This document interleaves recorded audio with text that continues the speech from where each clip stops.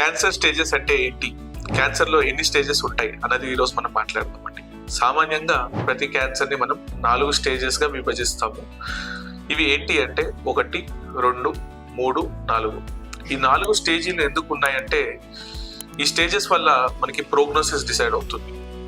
So ఈ different stages ఏంటి అంటే 1, 2, 3 అనేది లోకలైజ్ స్టేజ్ అండి. దీనికి అర్థం ఏంటి అంటే ఆ క్యాన్సర్ ఒక ఆర్గన్ లోనే ఉంది, లేకపోతే ఆర్గన్ చుట్టుపక్కల ఉన్న nearby lymph nodes or పిల్లగడ్డలు అంతవరకే స్ప్రెడ్ ఉండడం అని లోకలైజ్డ్ క్యాన్సర్ అంటాం.